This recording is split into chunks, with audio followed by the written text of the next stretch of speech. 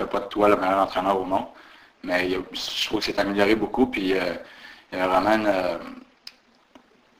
sa position était vraiment positive avec les joueurs.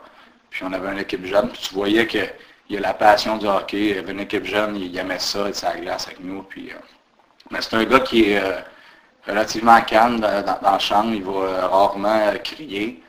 Mais quand il le fait, c'est bien placé, puis tu vois que les joueurs le respectent énormément.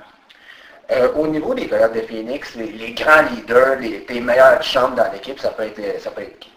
Ben nous, on a une équipe assez jeune, puis donc c'est le fun quand tu commences en national, tu es tout un peu sur le même pied d'égalité. Mm-hmm. Mais on est entouré de vraiment bons vétérans qui se giment super bien avec les jeunes. On pense à Shane Doan. Shane Doan, Jovanovski. Shane Doan, c'est d'après moi le plus grand leader qu'il n'y a pas la Ligue nationale.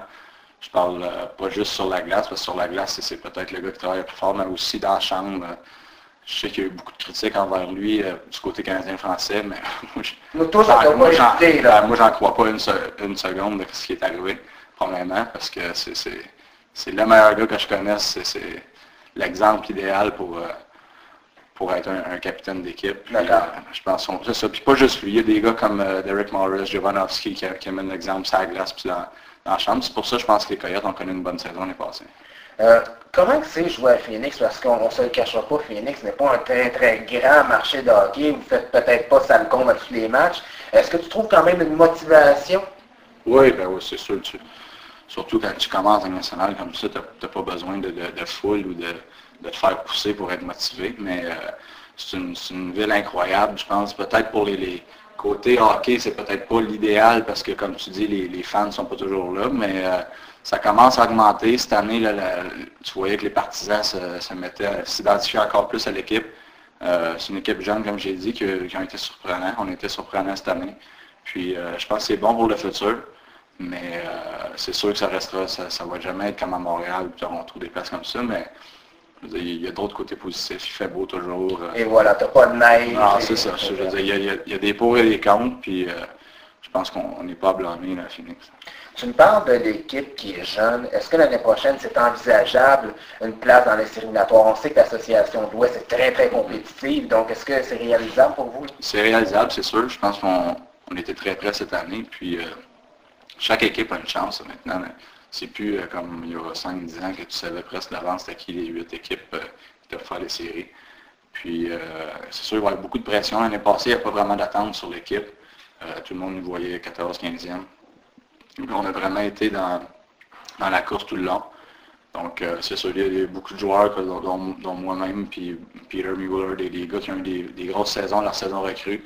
Il va falloir qu'il y ait encore mieux l'année prochaine si on veut faire les séries, mais je pense que c'est envisageable, puis il faut y croire, c'est la plus grosse façon d'y arriver. Au plan personnel, est-ce que tu te fixes des objectifs pour l'an prochain? Mettons, il faut que je fasse 30 buts, 40 buts, comment tu... Non, j'ai jamais été, même lorsque j'étais junior ou dans les mineurs, je me suis jamais fixé vraiment d'objectifs précis. C'est sûr, mon objectif premier, c'est de demeurer avec l'équipe toute l'année.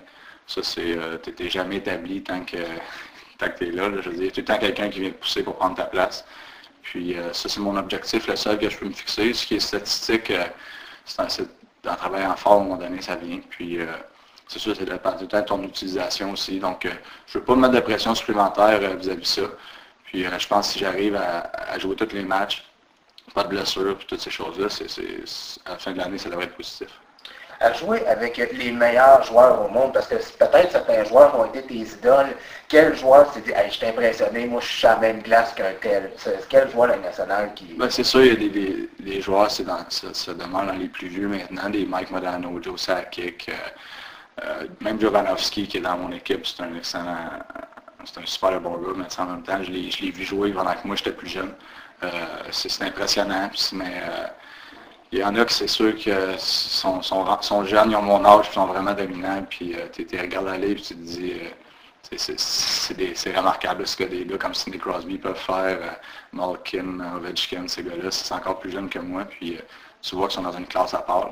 Mais je pense que quand tu es sur la glace, tu oublies tout ça, parce qu'à un moment donné, il faut que tu un job à faire. Un job à faire, puis il faut que tu aides l'équipe, puis si tu commences à admirer les autres joueurs, c'est pas ça qui va te permettre d'avancer.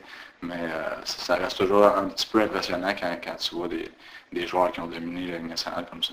Souvent, les joueurs que leur équipe ont été éliminés n'écouteront pas les séries éliminatoires. Est-ce que de ton côté, tu as quand même suivi ça ou vu que tu ne prends pas part à ça, ça t'intéresse plus ou moins? Non, je regarde ça, même quand même beaucoup. Je veux dire, ici, c'était dur de ne pas regarder. Là, le Canadien, quand je suis revenu, l'atmosphère était incroyable. Là, il en parlait partout. Puis ça demeure, je suis un Montréalais, donc j'en mange du hockey, puis c'est sûr que j'aimerais ça être dans les séries. Puis je regarde ça, puis attentivement aussi. Puis j'ai regardé beaucoup la finale de la Coupe Stanley, il y avait beaucoup de Québécois dans Pittsburgh, une couple d'amis personnels. Donc c'est le fun de regarder ça, puis de voir des gars d'ici qui ont eu la chance de gagner la Coupe Stanley, puis je pense qu'ils vont peut-être se reprendre d'ici 2-3 ans.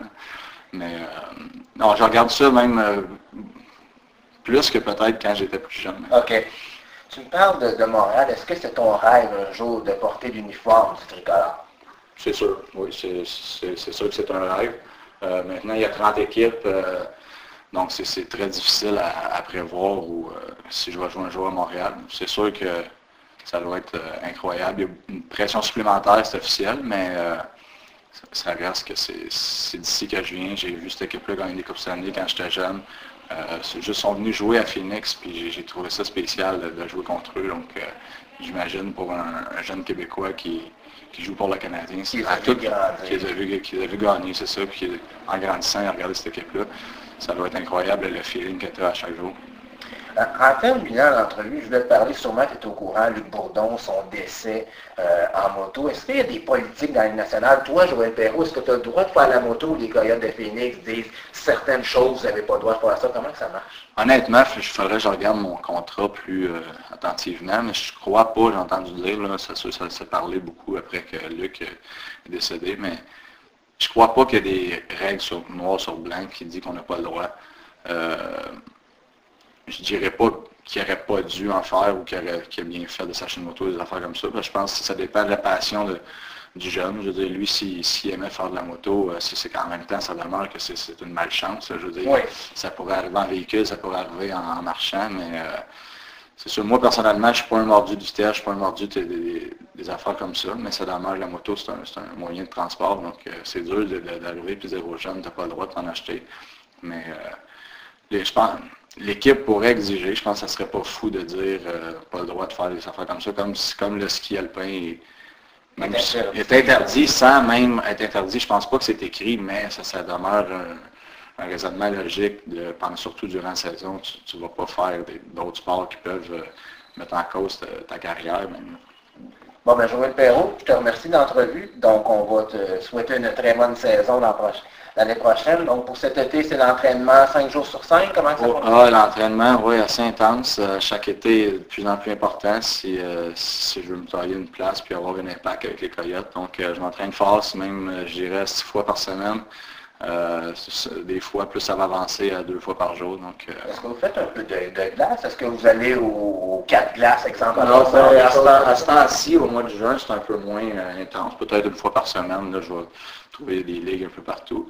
Mais à partir milieu juillet, je devrais commencer plus intensément. Puis au mois d'août, quasiment 3-4 fois par semaine. Puis c'était à la mi-août que tu repars pour le camp? Un petit peu plus tard, début septembre habituellement. Le camp commence seulement le 19 septembre cette année. Donc il reste encore 3 mois et demi presque. Donc début septembre, j'aurais quitté, aller m'habituer un peu à la chaleur, puis le décalage horaire de Phoenix pour être sûr d'être vraiment prêt quand ça va commencer. Bon, ben Joël, je te remercie beaucoup. Donc bonne chance dans ta carrière. Merci beaucoup.